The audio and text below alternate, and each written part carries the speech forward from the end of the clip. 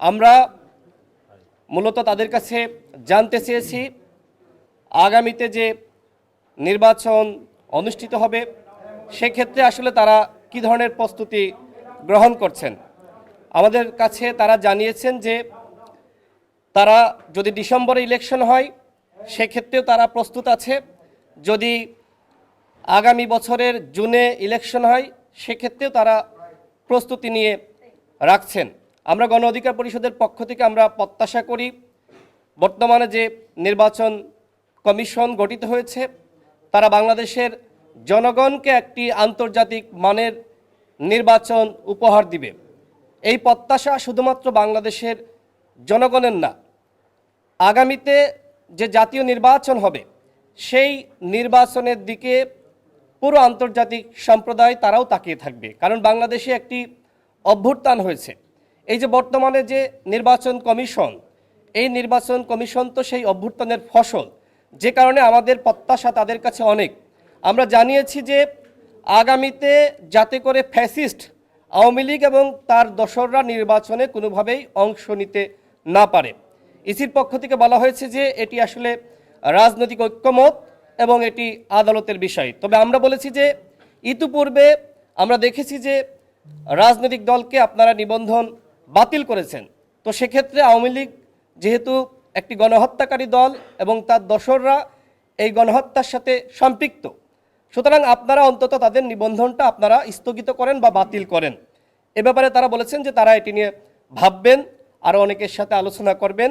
এবং ইসি যেটি বলছেন যে তারা অত্যন্ত স্বাধীনভাবে, এমনকি সরকারের সাথে পরামর্শ করে সরকার যে সিদ্ধান্ত চাপিয়ে দেবে সেটি না, তারা অত্যন্ত স্বাধীনভাবে একটি কমিশন হিসেবে তারা কাজ করবেন।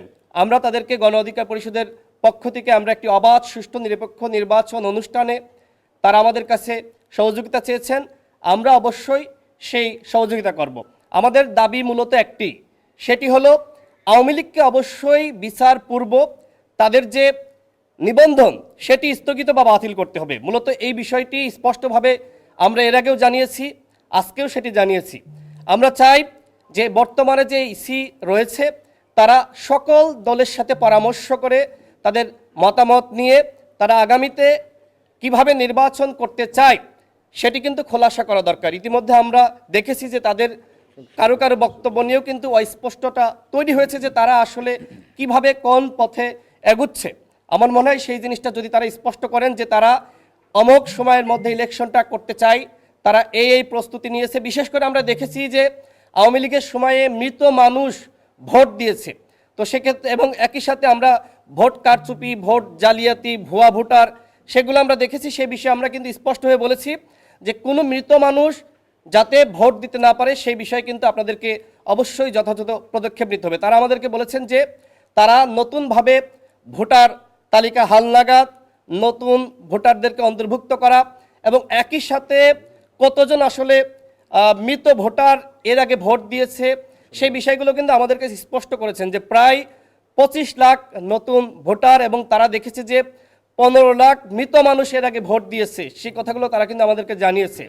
এবং একই সাথে তারা দেখেছে যে আপনার ইতিপূর্বে আওয়ামী লীগের আমলে নানান ধরনের সংকট সমস্যা হয়েছে। তারা চায় যে আগামীতে তারা এই ধরনের সমস্যা, সংকট, ভোট কেন্দ্রের জালিয়াতি, এই ধরনের সমস্যা যাতে না হয় আমাদের কাছে তারা সহযোগিতা চেয়েছেন। আমরা তাদেরকে শতভাগ সহযোগিতা করার আশ্বাস দিয়েছি।